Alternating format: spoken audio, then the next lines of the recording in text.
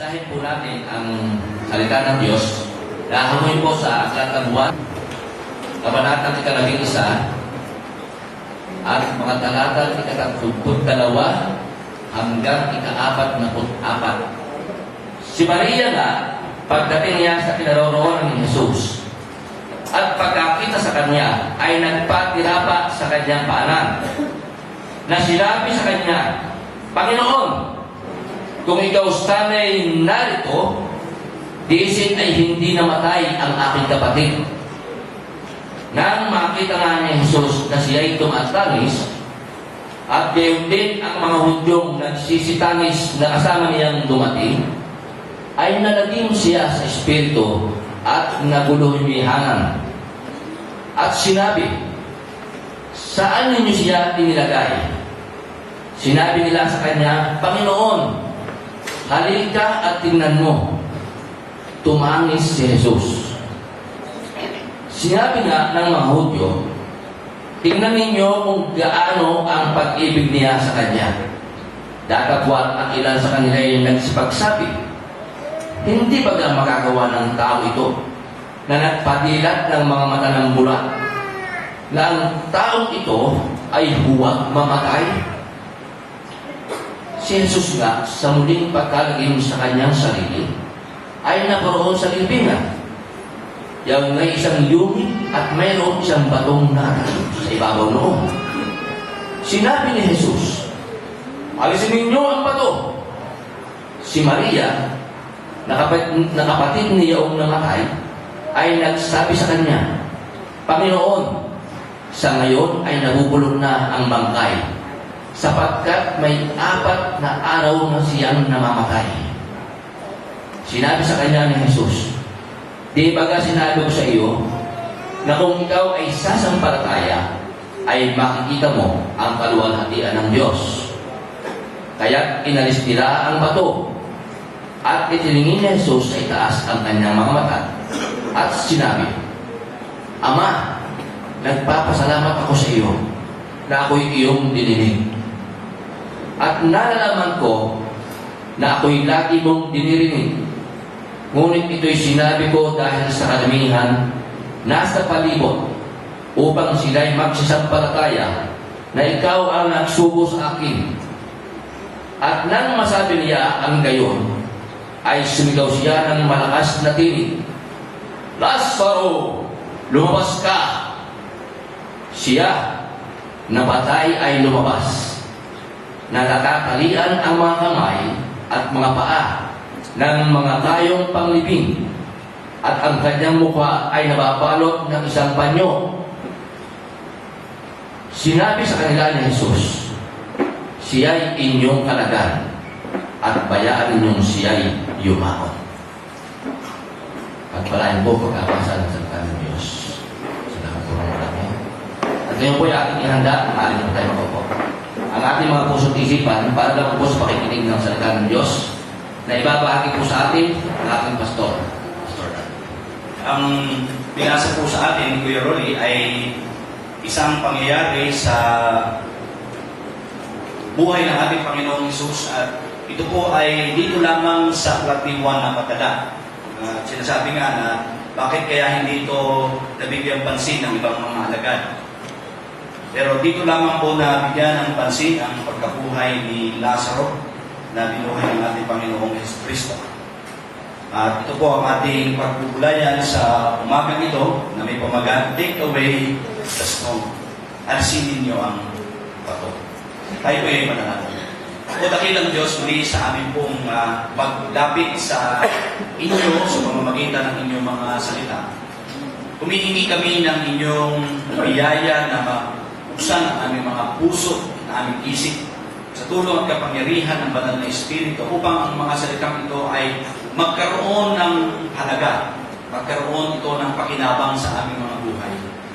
Maaring hindi pa kami humaharap sa punto ng kamatayan sa oras na ito, subalit ang mga salitang ito ay magbibigay po sa amin, Panginoon, ng kaunawaan at pag-asa kung paano namin haharapin ang ganung kalagayan kung sakaling ito ay pahintulot ninyo. Salamat sa sandali na ibinigay mo muli ang kalayaan sa aming buhay sa bansang ito, na kami nagkakatipon, Panginoon, ng walang pag-aalala.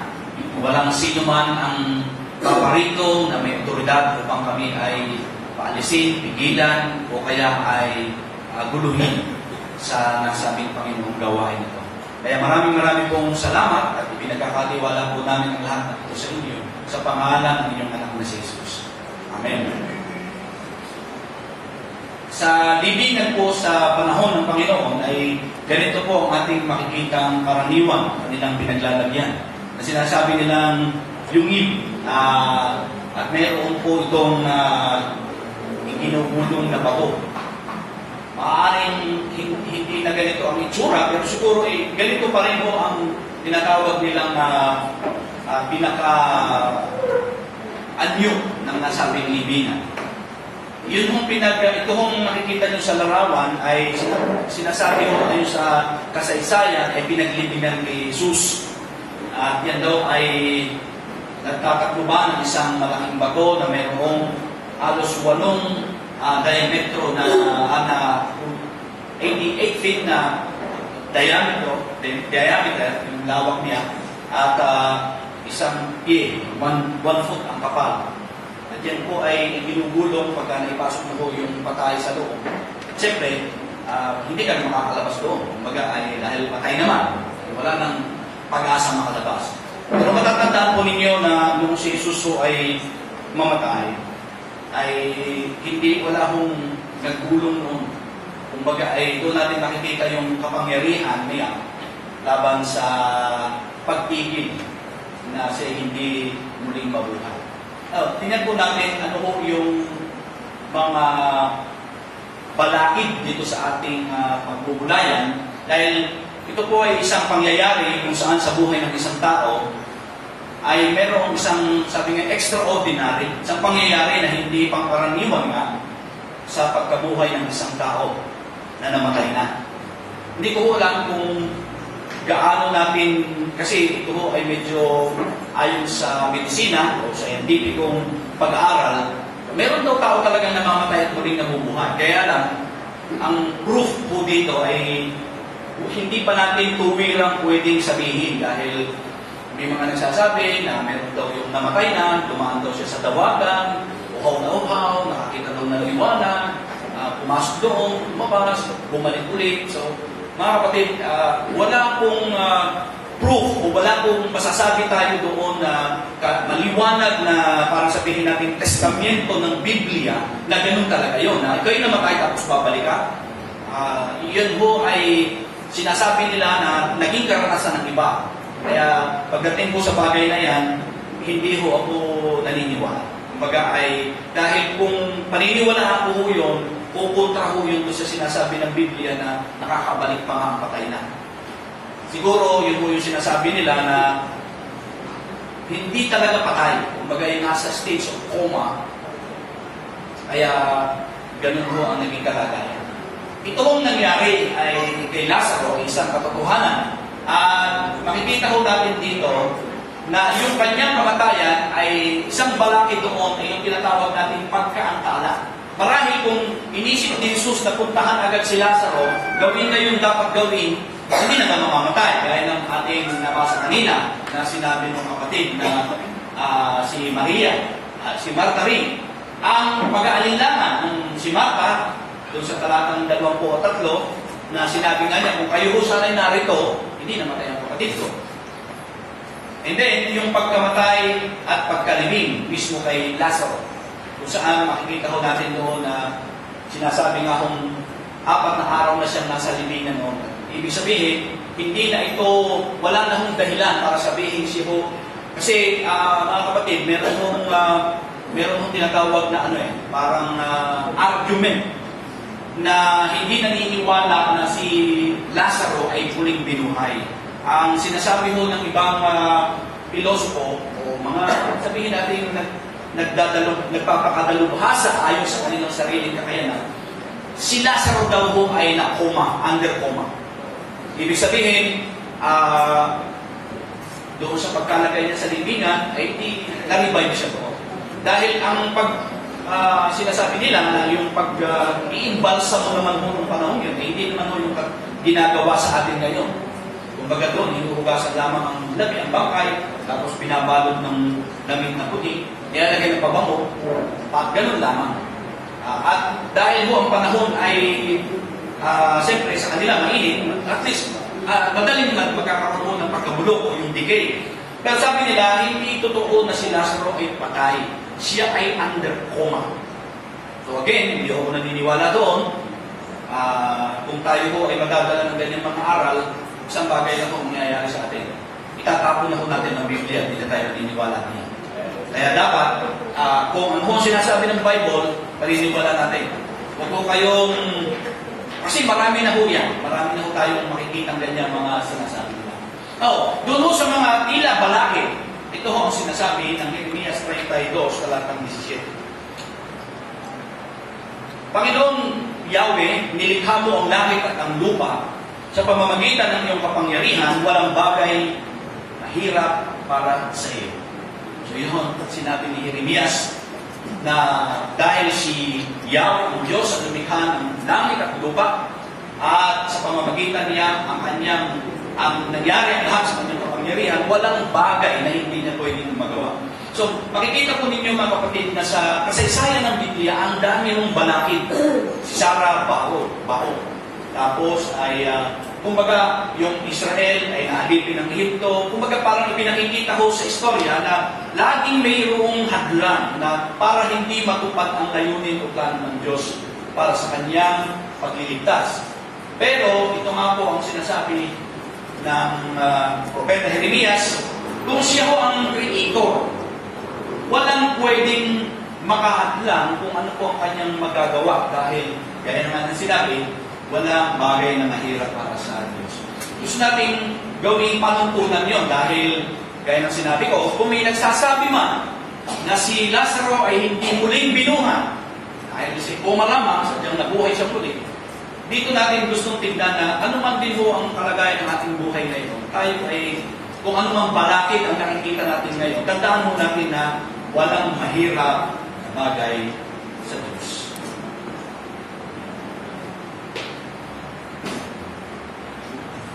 Hindi gumagawa ang Diyos anuman, o hindi gumagawa ang Diyos ng anuman na hindi ayon sa kanyang plano, ngunit ang plano niya ay higit kaysa sa atin.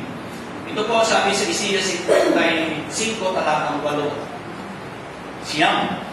Ang sabi ni Yahweh, ang aking kaisipan ay hindi ninyo kaisipan, ang inyong kaparaanan ay hindi ko kaparaanan. Kung paano ang langit ay mas mataas kaysa lupa, ang aking kaparaanan ay higit kaysa inyong kaparaanan. At ang aking kaisipan ay hindi maaabot ng inyong kaisipan. Isaiah 55, 8. Binanggit po natin ang talata nito sapagkat gaya ng sinabi ko, ang pangyayari kung ang kwento mo dito na totoong naganap ay mayroon mong kaisipan ng iba. Subalit doon natin makikita kung paano si Jesus ay gumagalaw o humahakbang ayon sa kanyang plano. Hindi ho sa dikta o sa sinasabi ng tao.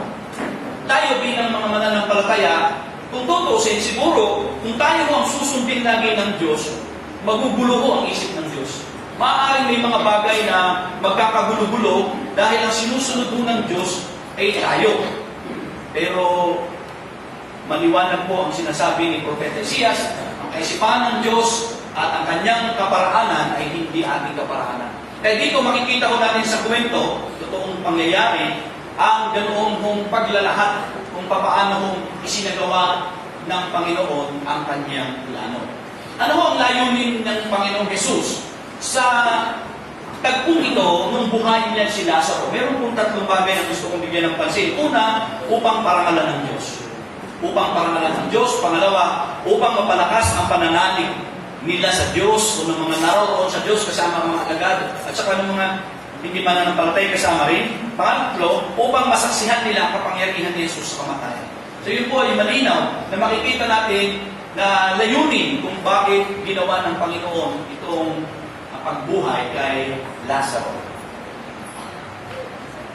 Nais po natin tignan. Una, sabi nga ho ay para sa karangalan ng Diyos, for the glory of God. Dito, ano ho ang ating makikita? ang layunin ng Diyos noon pa man ay para maparangalan ang kanyang pangalan.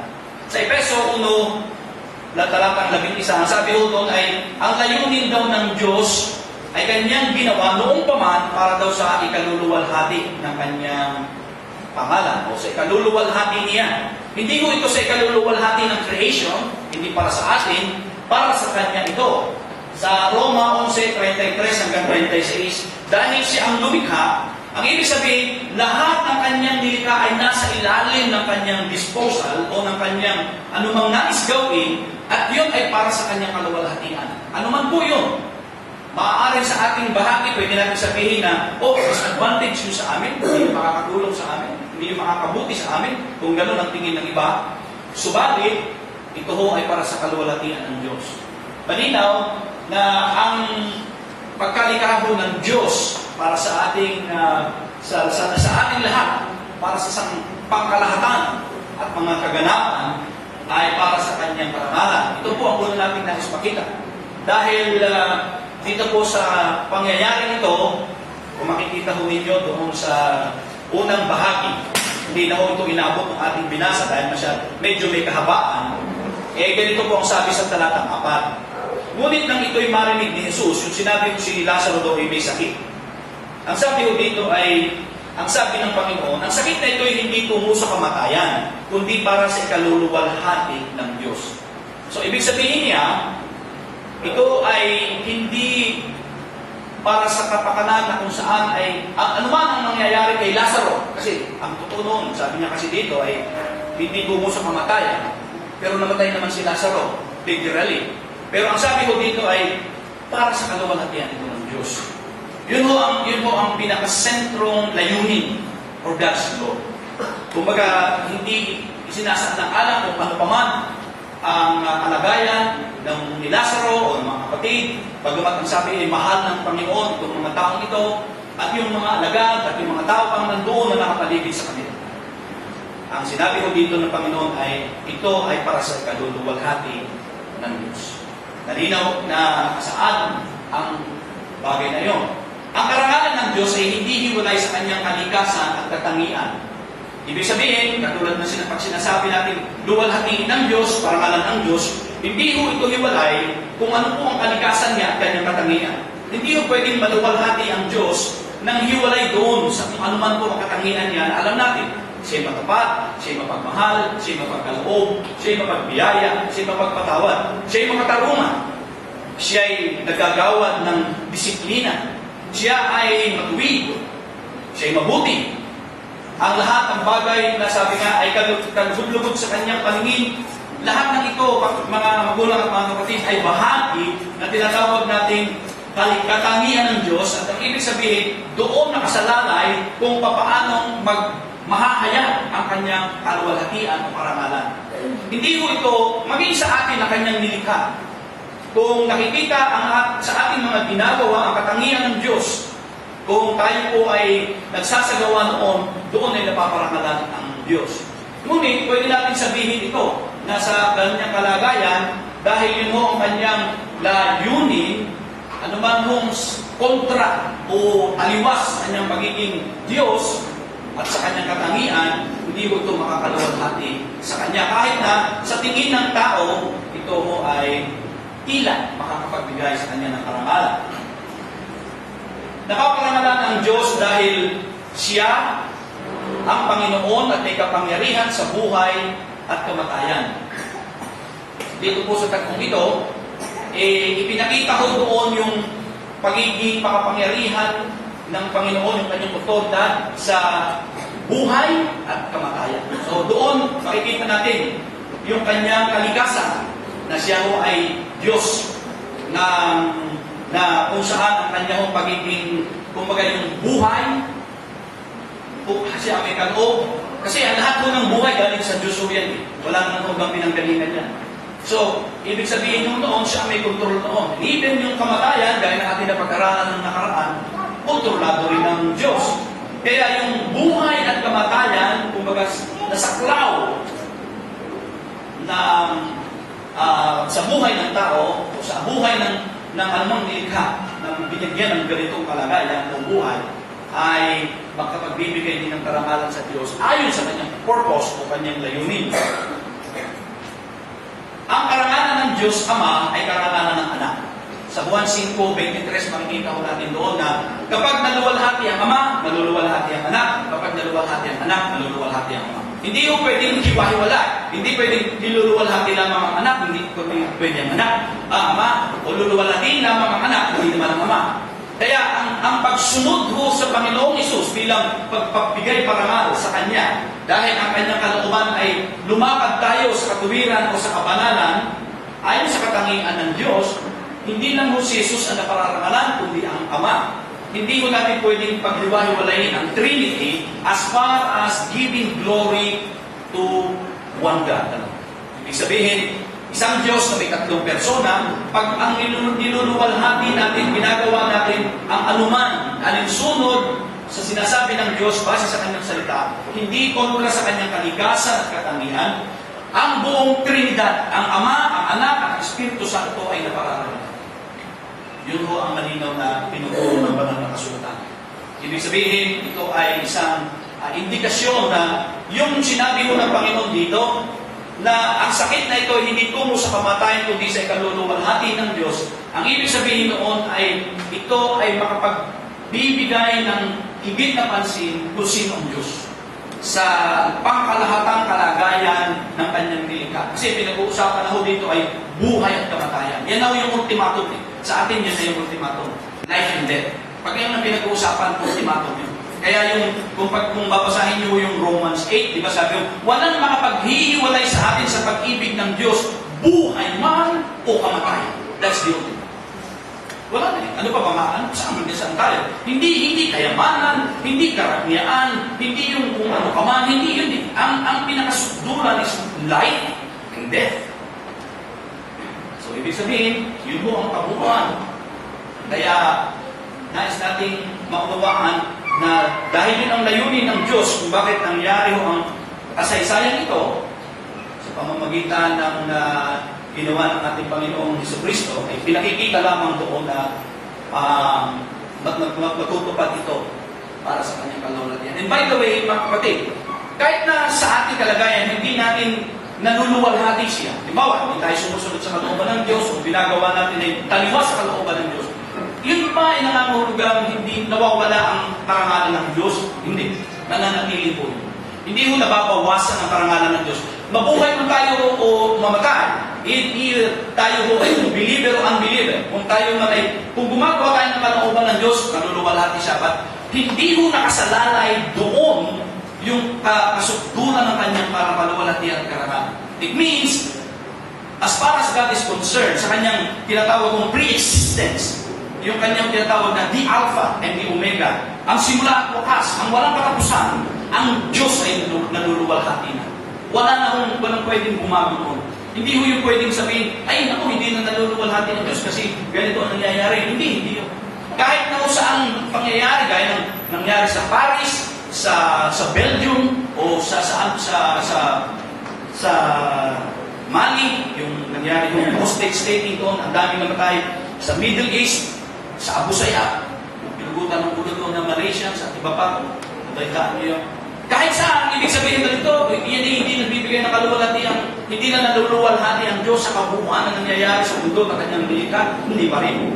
Hindi ho pwedeng mabago ang katotohanan, ang Diyos ay Diyos, at kapag sinabing karangalan at kaluwalhatian ng Diyos, kanya yun, walang pwedeng umago, o sabihin natin yun ay ibahin.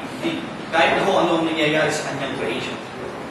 Yun ang pinaka-sukdulan po. Pero, dahil ang lumikha siya, siyempre, gusto niyang makita na sa pamamagitan noon ay napaparangalan o nare-reflect kung sino talaga ang Diyos na ating sinasamba. Tingnan niyo po sabi sa Isaiah 43:7. Bawat tinatawag sa aking pangalan, sila na aking nilikha ay para sa aking kaluwalhatian. Yung aking inanyuan, yung aking ginawa. Every creation. So even yung mga planeta ho, mga kapatid, yan po ay nakakapagbigay ng kaluwalhatian sa Diyos. Pero paano kung Hindi, katulad doon yan, meron mo kasi ngayon may bago daw planetang nakita na ngayon pinag-aaralan nila kung pwede kong tirahan ng tao. Kasi siyempre, baka nasisikipan na sila dito. Gusto ko nila kasi ito daw ito, parang tulad ng Earth, ng mundo. Ang pinag-aaralan lang ko nila ay kung pwede mag-exist ang buhay. So, malay niyo, pagdating ng araw, kung buhay pa tayo, sabi mga anak, sasabihin, saan ba ang anak mo? Diyan sa planeta nga. Hindi sasabihin, kami magmamigrate dito sa planeta. Kami lalayo na magpapakalayo-layo na sa mundo ito. Hindi naman yun. Baga one-way ticket yun, mga nabalikan. Mga kapatid, ganun mo talaga mag-isip ng tao, pero sa ating ipinaliliwanag, yung overall purpose ng lahat. Kaya, nung sabihin mo ng Panginoong Isus ito'y para sa kalawalhatian ng Diyos, yun po kasi ang sabi ngayon, overwhelming purpose, the ultimate purpose kung bakit ang Diyos ay Diyos. Isipin niyo ito pag tayo mo ay nasa langit na, ano mo pang gagawin ito? Di ba sabi mag-worship? Para saan? For God's glory. Kasi kung isipin niyo, yun po ay isang bagay na kung saan ito ay itatanghal at itatanyag lahat ng pinilikha ng Diyos na sa Diyos at magpakailanman. Wala na hong tapos. Pangalawa, dahil sa kanilang pananampalataya. Magandang isipin na sa kabila po ng ganung sitwasyon ay nandun pa rin ang hangarin ng ating Panginoong Isus na may gawin sa katuparan ito para sa kanilang pananampalataya. Kasi makikita ko ninyo doon sa talatang 7, sabi ko nung alagad, pagkatapos ito ay sinabi niya na sa mga alagad, pumunta tayong muli sa Judea. Sinabi ko doon sa talatang 8, sinabi sa kanya ng mga alagad, Rabbi o Guro, ngayon pinagsisikapan kang batuhin ng mga Hudyo at muli kang pumunta roon sa Judea. Yun po sa chapter 10, makikita niyo yung pinagtakaan sa Jesus na batuhin. Ano pong ibig sabihin po nito? Pinakikita ko ng Panginoon na Panginoong Jesucristo na yung kanyang layunin pagpunta doon, gusto niyang makita kung ano ang magiging salubin din ng mga alagad. Hindi na ho nakasa dito, implied, ibig sabihin mo noon, hindi inihayag pero nakapaloob doon. Dahil kung mapapansin po ninyo, ang mga alagad kasi na nakasama ng Panginoon, gaya na sinabi ko sa inyo kanina, meron mo silang kanya-kanyang isip. Tingnan niyo po ang sabi sa 1 chapter 7. At basahin ko natin yung talatang 6 at 8 hanggang 8. Si Jesus at ang kanyang mga kapatid. So ganito po ang sabi niya, kasi pinapupunta ko siya sa isang pagdiriwang at ito ang sabi. Sinabi sa kanila ni Jesus, hindi pa dumating ang aking oras, subalit ang inyong oras ay laging naririyan. Hindi kayo maaaring kapuutan ng sanlibutan, ngunit ako'y kinapupuutan nito sapagkat ako'y nagpapatotoo laban dito na masasama ang kanyang mga gawa. Kayo na ang pumunta sa pista, sabi ng Panginoon. Ako'y hindi pupunta sa pista ito sapagkat hindi pa dumating ang aking oras. Ano pong makikita natin doong katuruan? Kung natin sabihin, para sa mga tao, kapatid, mga alagad, sa mga nakapaligid sa Kanya, lahat ng oras possible, pwede. Pero sa Kanya, hindi. Ibig sabihin noon, hindi pa panahon. Wala pa ho ang tamang panahon. Kaya po natin pwede isipin ng tamang panahon. Lagi tayong nagsasabi na, Panginoon, ito na ho ang tamang panahon. Maraming mga bagay sa ating buhay na siguro sabi natin, ito na ang tamang panahon. Kailangan na akong nakatagpuin ng Panginoon sa kalagayan ko ito. Ito na ang tamang panahon. Pansinin niyo po na dito sa ating pinag-aaralan, bakit si Jesus ay nagpaliban? Bakit nga sabi nga, okay, dapat pumunta na siya. Sabi niya, hindi tayo pupunta muna. Oto, sabi dito, para sa kaluwalhatian ng Diyos. Pero kung magmamadali siya, pwede din naman yun na magamit yung para sa kaluwalhatian ng Diyos. Pero makikita ho ninyo yung timing. Ibig sabihin, ang kaluwalhatian ng Diyos, hindi ho ito saklaw, pagamat hindi saklaw ng oras, Pero meron ho siyang timing, right timing. Sa atin daw ho, gaya ng sinabi ho sa Juan 7, lahat ng oras pwede. Pero sa Diyos, hindi. Hindi tayo pwedeng magpilit sa Diyos. Hindi natin pwede sabihin, ito na ang oras ng Panginoon, gawin nyo na. Hindi.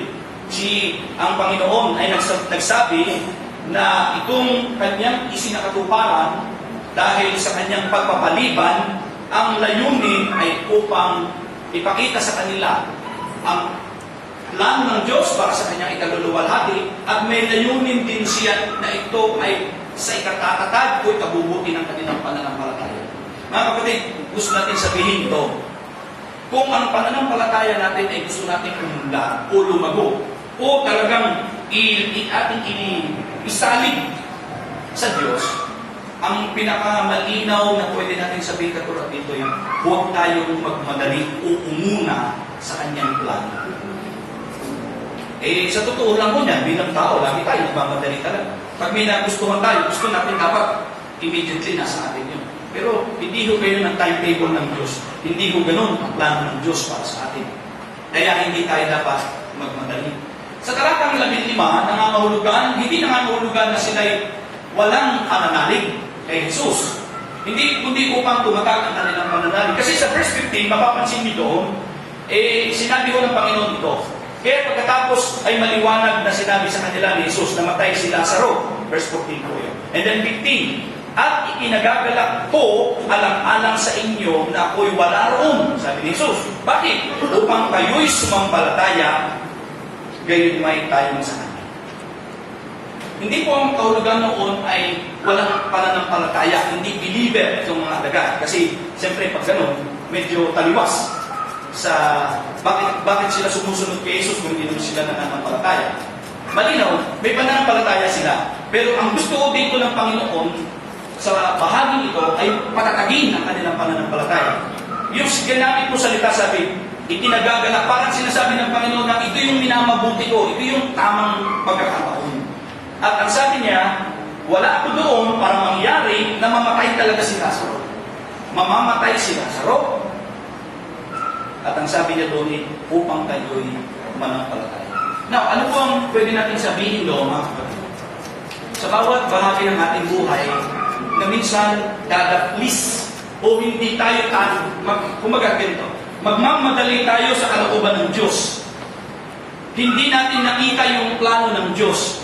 Pero at the end of the day, ibig sabihin mo doon sa punto, kapag ka naintindihan natin na ito pala ang layunin ng Diyos, yun ho ay magpapatatag ng ating pananampalataya. Makikita natin na, talagang mabuti ang Diyos. Kung nagkataon pala na ako'y nagkagayon o nagkaganito, mapapahamak pa ako. Yun ho ang gusto natin sabihin. Kaya sinabi ng Panginoon na minabuti ko na wala ako doon. Kasi sabi niya dito, dahil ito ay para sa inyong pananampalataya. Isipin niyo yun, sinasalang-alang pala ng Panginoon na ito ay magdala sa kanila para doon ay makita nila na bakit nga hinayaan mamatay pa? Di ba sa atin, mga kapatid, kung merong hihingi ng siguro ng panalangin, may sakit mo sila dito, may sakit. Ano ho ang natural na tendency? Siyempre, tayo magmadali, tayo magkumahok, hindi masama yun. Hindi naman natin kayang bumuhay ngayon ng patay. Pero, nasa kamay ng Diyos, yung gagawin niya sa tao, kung ito may ipinanalangin na natin, ng sama-sama, o kung paano man natin ginawa ang pagdamay sa kapatid na ito, o sa taong ito, kung siya'y mabuhay, yun ang layunin ng Diyos. At yun ho'y para sa ikatatatag ng ating pananampalataya. Kung siya na may mamatay, yun din po ang layunin. Yun din ho'y para sa ikatatatag ng ating pananampalataya. Parang baligtad, parang taliwas. Bakit magiging patatag sa pananampalataya kung ipinamatay ng tao? Ito natin makikita na ang Diyos ay mayroong kanyang layunin.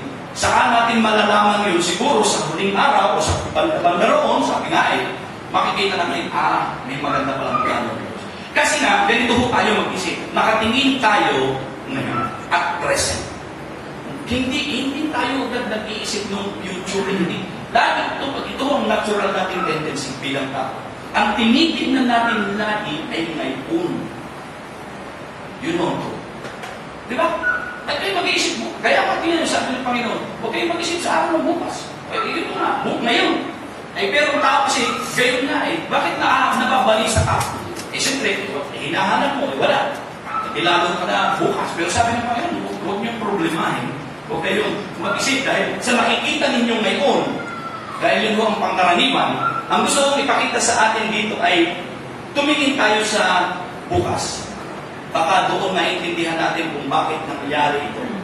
So, hindi ho dahil sila'y walang faith, kundi para palakasin ang kanilang pananampalataya. Marahil, dumadaan tayo ngayon sa isang pagkakataon na nasusubok ang ating pananampalataya. Meron mong mga pagkakataon na nabasa ko po ang isang buhay ng mag-asawa, sila po ay parehong mananampalataya. Lumipat po sila ng isang lugar kasi yung asawang babae, yung asawang babae ay doon nagtrabaho. So, ang nangyari po ay hindi nila alam na hindi pala magtatagal yung trabaho kasi para bang hindi pala magiging ganun katagal. So, ang nangyari, nung makipag-usap sila sa pastor, sinisisi ko ng babae ang Diyos. Sabi niya, bakit ganun? Bakit dinala kami dito? Tapos ang akala namin dito kami talaga bibigyan ng Diyos ng magandang kabuhayan. Bakit ganun? Yung lalaki, stable. Sabi ng lalaki, may plano ng Diyos, may plano ng Diyos. So, ang ginawa ng babae, iniiwan mo yung asawa niya, umalik na ko siya doon sa kanilang lugar, tapos yung lalaki na patuloy ko siyang nag-under ng counseling ko sa pastor. Kasi, ang pinaliliwanag ko ng pastor ay ganito. Ang Diyos, ang plano ng Diyos, ang panahon ng Diyos, hindi natin tiyak. Ibig sabihin kasi ito specific pero sabi ng pastor, may plano ng Diyos sa inyo. Kaya lang dapat maging mahinahon, maging mapaghintay. So nagtampo yung babae, umuwi na, iniwan na yung asawa. Hindi ko alam kung nangyari sa istorya kasi hanggang doon lamang. Pero doon mo minsan nakikita ko yung kababawan ng ating pananampalataya. Minsan, hihingi tayo sa Diyos at pag hindi tayo napagbigyan agad ng Diyos, kung ano-ano nagkakainiisip natin, minsan nadadamay pa yung iba. Nagtatampo tayo sa Diyos, nagtatampo tayo sa church, nagtatampo tayo sa pastor, nagtatampo tayo sa ating mga kapatid. Tapos kung ano-ano mga sinasabi ko. Mga kapatid, tandaan niyo ito. Tayo ho ang nakakaalam sa ating isip, sa ating puso, kung ano ang kalooban ng Diyos sa ating mga. Malinaw na ang naisin ng Diyos ay yung ating ikabubuti, pero dapat maging mahinahon tayo. Kasi nga, ang tendency ng tao ay laging magmadali. Kasi tinitingnan ng tao, yung ngayon, I need this right now. So dapat, hindi na tayo nagsasabing, Lord, sige, makakaintay ako hanggang 1 month, 1 year. Mahirap po sa akin maghintay. Kaya, ito ho yung layunin ng Diyos. Ipakita na yung pangyayari ay para sa ikaluluwalhati niya, and then, at the same time, para sa kanilang ikatatatag sa pananampalataya. And then, verse 45. Advance po tayo, ano makikita niyo doon? Kaya't marami sa mga Hudyo na sumama kay Maria at nakakita ng ginawa niyang sumampalataya sa kanya. Ito ho yung pananampalataya na ikaliligtas. Ito hong isa, pananampalataya na meron na sila, ligtas na sila, at ito yung pananampalataya ng pamumuhay. Sabi nga, ito yung sinasabi ni James na faith that works, pananampalatayang gumagawa. While yung verse 45, ito yung pananampalatayang walang gawa. Ito yung pananampalataya na nakasaling kay Kristo bilang Panginoon at tagapagligtas, na nagliligtas. So, ito ang kaibahan. Verse 45, ang sabi doon, marami sa mga Hudyo sumama kina Maria na nakakita ng ginawa at sumampalataya. Now, ito po ang aking gusto bigyan doon ng pansin. Kailangan ba makakita muna ang tao ng himala para sila ay manampalataya? Paano kung nagsishare ka lang? Paano kung nagsishare lang tayo sa palengke, nag-distribute ng tracts, napunta sa isang bahay, nagba-Bible study, kailangan bang makakita sila ng himala? Na kung hindi sila makakakita ng himala, ay ano? Hindi sila mananampalataya. Ano pong inyong take doon? Anong inyong view? So, kahit ninyo kung mag-isip tayo, gusto lagi natin mayroong himala. Ay sinabi na ho, walang himala. Mga kapatid, nangyari po ito sa ganoong sitwasyon, pero hindi nyo ba napansin kayo, bakit nga wala nang nabubuhay na patay? Ako ay nag-isip ng ganyan minsan sa aking pag-iisa. Sabi ko, ano kaya kung halimbawa may funeral service kami? Di ba, dito? Tapos biglang nagsalita ka nag-usap ang kami sa akin, Dan, pabangunin mo. Dalawang bagay pwede mangyari. Una, magtakbuhan kayo. May posibilidad eh. Siyempre, pagbangon niyan diyan, ay palagay ko, talagang may takbo. Pero, ang matinding magiging effect ko doon, yung pang-akit sa mga unbeliever. Yun po, pag sabi ko, wag po kayong magugula. Kapatid, bangon. Aba, ay biglang itinigwas yung takbo ng kabaw. Siguro nga, dalawang bagay. Tatakbo ang iba, yung mamamangha, at maaaring na ba yung luluhod at iiyak at sasasisa sa sumasampalataya ko po Panginoon. Kaya lang, wala lang kasing ganyan. Wala na eh. Hindi na tayo wala na. Hindi nga may sakit na nasa ospital, panalangin tayo ng panalangin. Kung minsan ang ilang kamay na ho, nakapataw sa ulo, nabibigatan ng araw. Kaya minsan, hindi ako nagpapapatong ng kamay dahil minsan ay masakit din, mabigat. At minsan, dinidiin ka. Lalo na kung halimbawa, may kaunti kayong sama ng loob sa pinapanalangin. Medyo, siyempre, kinakantiin ng loob niya sabihin ko, kapatid. Kinakawa na.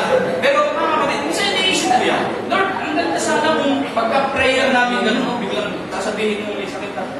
Ay, nurse, tanggalin mo na rin mga kamit sa akin. What? Ayos na. Aba, talagang nakakabili. Nakihila talaga ng yun, ng pagdudraw ng crowd para mananampalataya. Lamang mga kapatid, gaya ng ating na pinuturo sa atin. Ang kaligtasan ay sa Diyos, hindi tayo. Kaya nga sabi ko, ganun tayo mag-isip. Yun ang ating pananaw. Pero hindi ho ginawa ng Panginoon ito para lamang sabihin na yung mga nakasamang mga Hudyo doon ay manalig. Ito nandito nakalagay. Pero hindi ho yung tinatawag, yun ho yung sabihin natin, effect ng pangyayari. Kung saan, yung mga talagang kanya hong ililigtas, naroon at nakasaksi. Kasi kung isipin nyo ito, kung ang pag-uusapan mo ay himala, ay di marami yung hindi maniniwala dahil wala silang makita ng himala. You see, is believe. Kahapon, may kausap ko kung pastor, meron daw pala silang inatinan na seminar. Dito mo pala meron na palang inilalatag sa Congress na yung SOGIC, narinig na ba? Yun yung para sa mga doon kaya ngayon, pag magkakasal, kaya lang hindi pa. Yung female at male, parang may, sabi pa paano ho yun? Kasi ngayon daw, pagka natupad po yun, pag ipinanganak ang bata, hindi pwede magsabi ang doktor kung lalaki o babae. Kahit kita niya ang kasalian. Ihintayin mo ang 15 years. Kung lalabas ko ang bata. Ibig sabihin, female. Kung halimbawa pagdating ng panahon, alam mo kasi na yan. Pagka ako ganun halimbawa gano'n, I need me. Sabi ko doon sa kausap ko, hindi totoo yan, baka nagbibiro ka, sabi. Hindi totoo, pastor. Inaano na ito, pinag-uusapan ito kasi hindi ito ang purpose. Pero ngayon hindi pa, huwag muna kayong mababalagan, hindi pa. Ibig sabihin, darating daw ang araw na gano'n. Hindi ka pwede magsabi, babae, lalaki, hindi.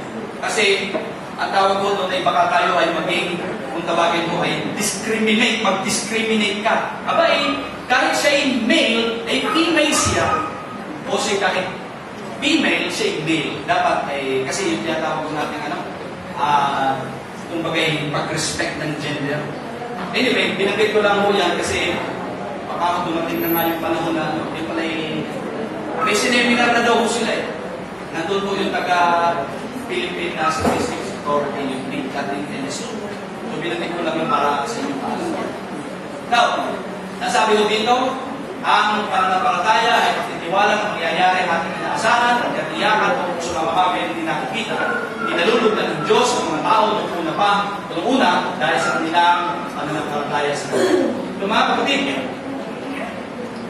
ang pananampalataya ho ay nasa na binigay ng Diyos upang ito'y kanyang palakasin, ito'y gamitin, upang makita daw po natin yung sabi nga ay mga bagay na ay hindi pa natin kita, ay inaasahan natin. Nagkakaroon tayo ng katiyakan. Dahil ang Diyos ay Diyos. Ang Diyos ay mayroong ginagawa at hindi mo siya humihinto sa paggawa. So yun, dahil sa kaluwalhatian ng Diyos, dahil sa pananampalataya, at ngayon ito ay para sa pagpapatutuo, to witness His power. Hinayaan ni Jesus na mamatay si Lazaro upang maipakita niya ang kanyang otoridad at kapangyarihan. So yan ay nabigyan ako natin ng pansin. Namatay na ho si Lazaro. Talagang patay.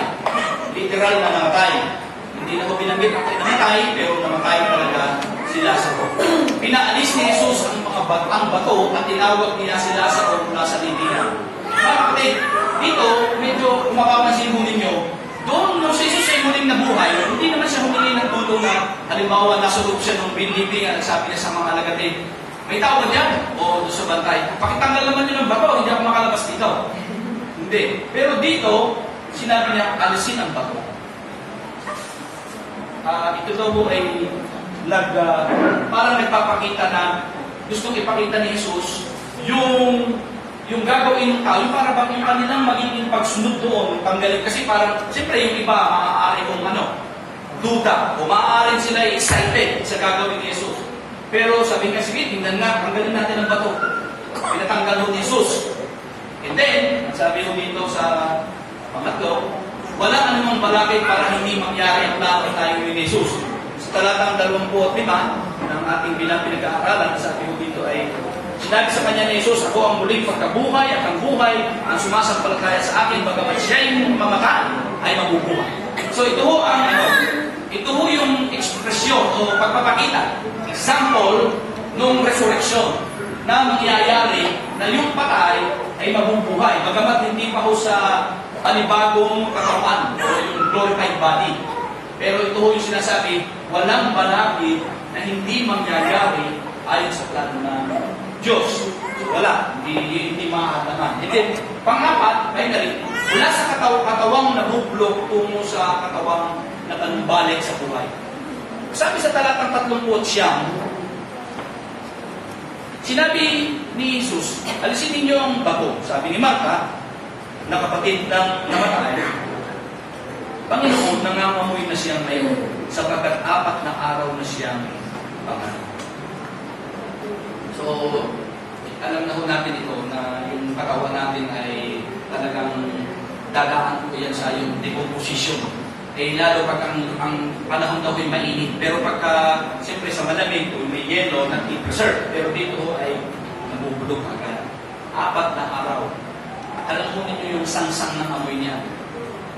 Alam niyo na siguro yung, kita niyo ba yung isa pagka may mga nadidiscovering krimen, yung mga sundan, police, yung mga nag-iimbestigar, kaya meron silang mask. Dahil siyempre yung pangunin ako noon. Eh, siguro, maaaring isipin ninyo ito, kung may amoy na nga yun, naamoy na nila. Posible. Na, pabubuhay pa kaya ito, naagnas na ito. Pero, kita niyo yung sabihin ko ng Panginoon, Lazaro, labas. Eh, ang nangyari lang ko, sabi doon, napupuluputan yung pinakabalo, dahil nasabi ko dito ay yung tela na panlibing at ang kanyang mukha ay may balot na tela. Sinabi ni Jesus, siya inyong kalagan at iyaan ninyong makalis. Kung yun ay nabulok, abay, mahirap kung lumapit doon. Tsaka nakakatakot to, yung zombie ang dating noon. Sipin niyo yun, yung gamali may pagsabi, Lazaro, bagong-bago. Pagkalabas ko ito, sabay ito, Kapalo yun, sigurado kong ano yun. Baka ako yung pati mga alagat mo, pati mga sila Martha at Maria, pero siguro paglabas nila sa parang, normal. Yung parang, yung lumabas sila parang, paggalan ninyo. Wala na. Isipin nyo yun. Imagine, yung sinasabi natin, kumbaga, makasaksihan ng gano'n. Nasaksihan mo na yung kapangyarihan ng Panginoon na nagsabi, Lazaro, bangon. Mga kapatid, ang akin kong pinagagalak nito, pagdating daw po natin sa langit, tatawagan mo ang ating mga pangalan. Kaya may kantahan na sabi, ang pangalan pag tinawag, ang pangalan pag tinawag, ang pangalan pag tinawag, naroon ako at tutugon agad. May roll call. Kasi yun yung mga pangalan na nakatala sa aklat ng buhay, naroon. At ang sabi ko ni Juan, ang mga tupa daw ng Panginoon ay naririnig ang kanyang tinig na pagtawag, Lazaro. Ibig sabihin ko yun ay tawag ng otoridad at kapangyarihan. Minsan, may nagsabi ng ganito, biro. Minsan, mas masunurin pa ang masamang espiritu kaysa Kristiyano. Kasi pag sinabi ko daw sa masamang espiritu, sa pangalan ni Jesus, layas ay naalis niya. Eh pag ang Kristiyano tayo, pag sinabi mo, huwag po kayong maingay, ay lang,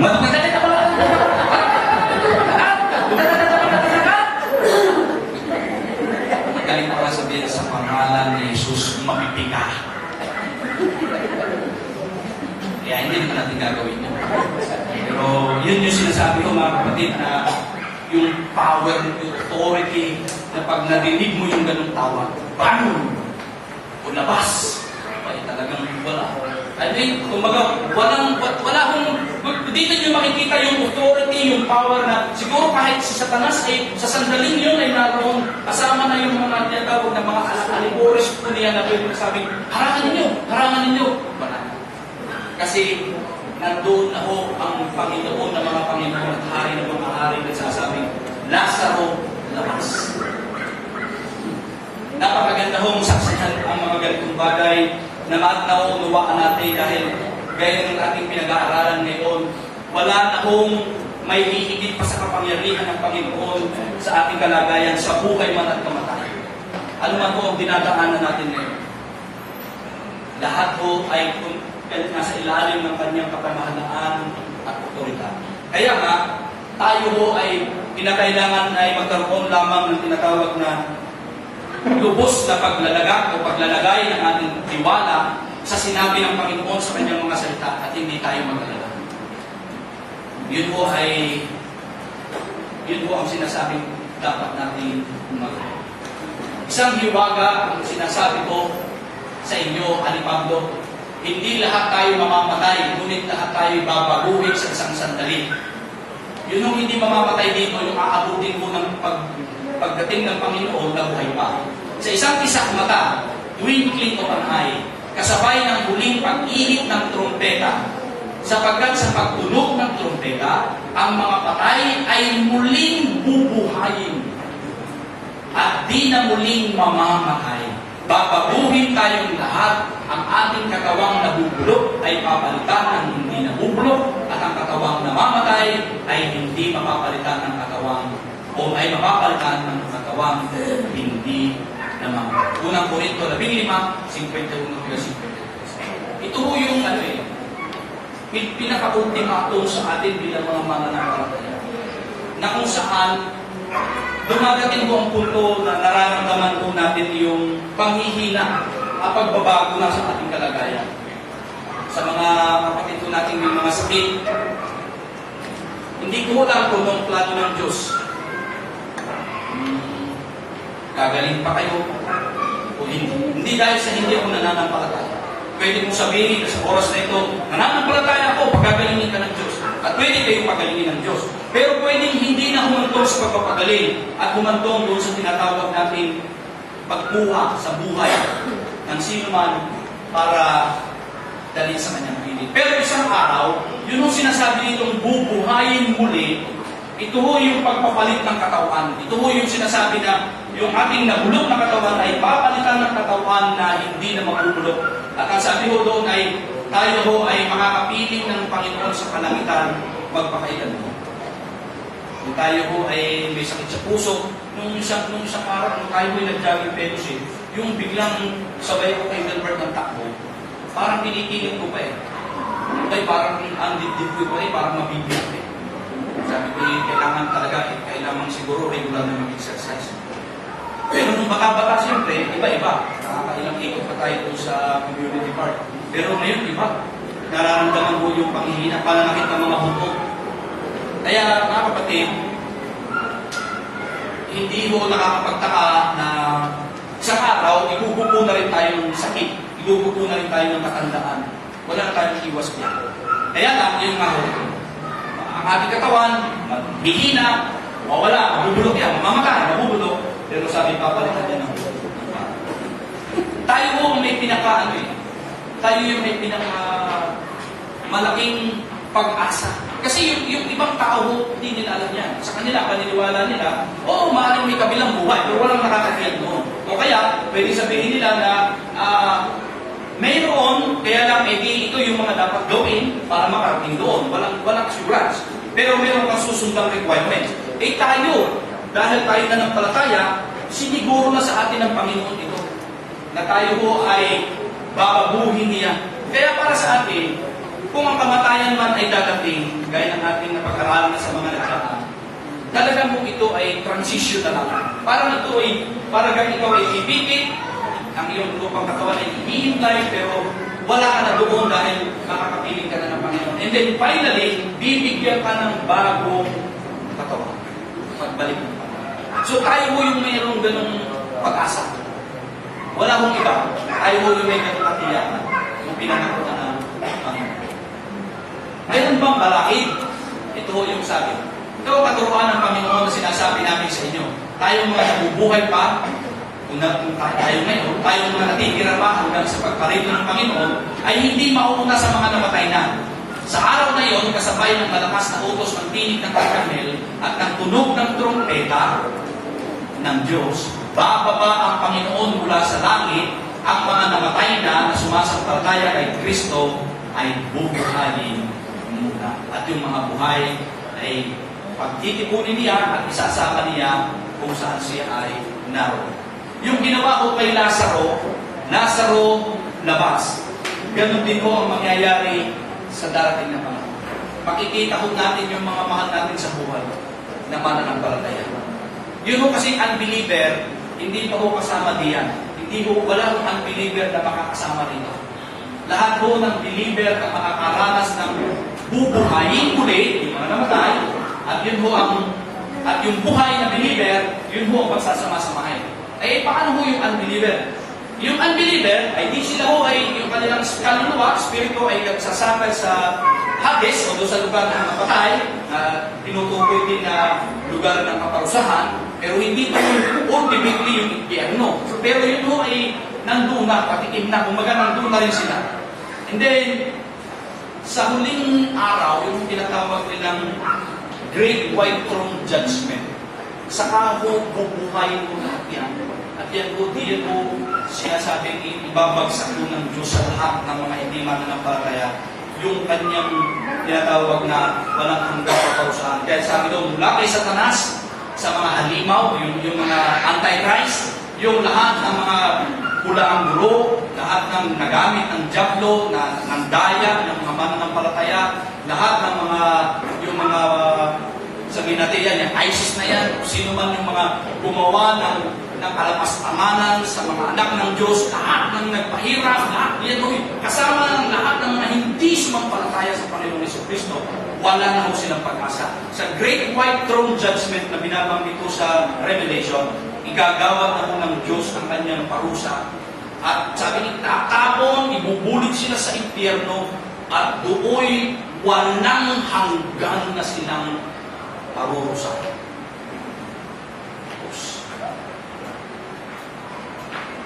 Kaya may challenge din sa atin yan. Paano yung ating mga mahal sa buhay? Sasabihin mo natin, alaya, nasa impyerno yan. Meron kang kasama sa langit niya kaya, manigaling. Kaya mo rin doon. Ayan, si niya pinagtiyo ka. Yan. Yan ang may sanay na doon. Yan ang may sanay na sa initan. Ayan, yung tatay, ang iyong inay, ang iyong kapatid. Kapatid, hindi natin pwede pag walang bahala. Tayo po ay merong kung ay responsibilidad doon. Ngayon, ay nagawa natin, ibahagi sa kanila mabuting balita. yun ho ay wala na tayong pananaguto. Wala kumbaga ay sila na lamang ho at ang Diyos ang mananaguto. At least sa ating bahagi ay nasabi natin sa kanila. By the way, alam niyo ay gusto ko rin sabihin, ang social media, bagamat may disadvantages po ito, pwede niyong gamitin yan to share the gospel. Nakikita ko minsan pag may nagbubukas ng aking account, nakikita ko meron dyan 3:16. God so loved the world. Sabi ko, okay. So, alam ko mga mananampalataya yun. So kung may mga kaibigan kayo, lagyan nyo ng lagyan ng wag lang po yung mga halimbawa sabi mong ulam ka ba? Kasi isa yung mga parang kandila ka ba? Kasi gusto kitang patayin. Yung mga ganyan. Kasi yung kayo kandila hinihipan nila. Mga ganyan. Ibig sabihin, okay din yung mga pick-up line, pero maganda yung ilagay nyo yung verse. Halimbawa ganito, ilagay nyo, pero follow up nyo ng follow up nyo ng mga tungkol sa Word of God and then yung salvation. Kasi we can never tell mga kapatid na maaaring doon yung mga kaibigan ng kaibigan kasi ganun ho yung social media maaaring doon sila makakabot. Saan man dako? Bino nyo ito, saan man dako ng mundo? Tagpasa na yan. So I think it's a challenge for us now na gamitin din po natin yung ganung pagkakataon. Kasi wala na po tayong wala na tayong tanggi na ito na yung totoo nagagamit natin yan. So sa halip na kung ano-ano ating ilagay natin yung mga makabuluhan, makakapagpato tayo ng mga tao para sa Panginoon. Kasi yun nga, kaya naman sa ating pinag-aralan, eventually, ibabagsak po ng Diyos ang kanyang parusa, wala na tayong magagawa. Tapos na. So dapat sa atin din mo ang challenge before I end, as believers, kumusta na rin tayo? Hindi ho ito para time just to relax and be complacent. Sabihin po natin, well, kung may believer, okay na. Pag namatay ako, diretso ko sa langit. Naalala ko lang po kasi na kaya hindi ko nakakalimutan lagi mag-iwan ng babala sa atin. Sabi niya Apostol Pablo, sa mga nagsasabing mananampalataya sa Efeso, mula sa inyo, yun sabi niya, aklat naman ako, mula sa inyo, lilitaw ang mga asuluhan. Mula sa inyo, lilitaw ang mga asong buhay. Ibig sabihin ni Apostol Pablo, hindi lahat ng nandito ay mananampalataya. So dapat aware tayo sa ating kalagayan, Lord. Ayaw ko magduda, pero tulungan mo kong makita sa aking pang-araw-araw na buhay na ko yan. Ayaw kong dumating ang araw ng pagpipit ng aking mga mata. Kakatulan mo pala. So yun mo ang challenge din sa akin. Let's pray. Panginoong Diyos na makapangyarihan sa lahat. Salamat sa pagkatuloy na inire-reveal mo, dinidisclose mo sa amin ang mga katotohanan ng iyong mga salita upang unawain namin ang mga ganitong pangyayaring noon at magkaroon po ito ng kalinawan sa aming buhay ngayon. Hindi po obsolete ang iyong salita. Hindi namin pwedeng sabihin na wala na itong kabuluhan dahil ito naman ay nangyari na noon at wala na itong epekto sa amin ngayon. Sa halip, ito po ay babala. Ito po rin ay isang challenge o pagbibigay ng pag-asa. Na despite ng aming dinadaanan sa panahong ito, nagbibigay ka ng assurance gaya ng ginawa mo kay Lazaro. Panginoon, salamat po sa pananampalatayang kaloob niyo. At ngayon, meron kaming pag-asa na dumating man sa aming panahon ang kamatayan, may katiyakan kami ng buhay na walang hanggan. Pero sa panahon ito, huwag mong hayaan na ito'y magsilbi lamang sa aming isang pases o lisensya. Samantalang hindi namin nai-evaluate ang aming mga personal at sariling buhay pananampalataya. Gaya din ng mga nakataong nakapaligid sa amin. Sana magkaroon din po kami, Panginoon, ng burden upang po kabigatan sa buhay ng mga nakapaligid sa amin na sa pamamagitan po rin ng halimbawa ng social media o ng aming testimony o ng aming friendship o ng aming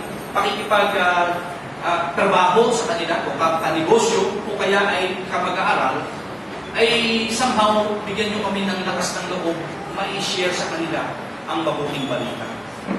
Sapagkat wala na pong pag-asa ang sino man pag dumating sa kamatayan. Kaya ngayon po umaga, Panginoon, patuloy po kaming nagpapakumbaba sa iyong harapan, nagpapasalamat sa mga paalaala mo, at patuloy na pagpapatatag ng aming pananampalataya upang anuman yung kalagayan at kasalukuyan naming sitwasyon. Huwag sana kaming mag-dwell o dito lamang humimpi. Tingnan po namin ang future. Kasi sabi nga ako sa bandang huli, nauunawaan namin na palagi kayong may mabuting plano sa amin. Dahil gaya ng sinabi ninyo, ang aking isip, ang aking plano ay hindi inyong isip at hindi inyong plano.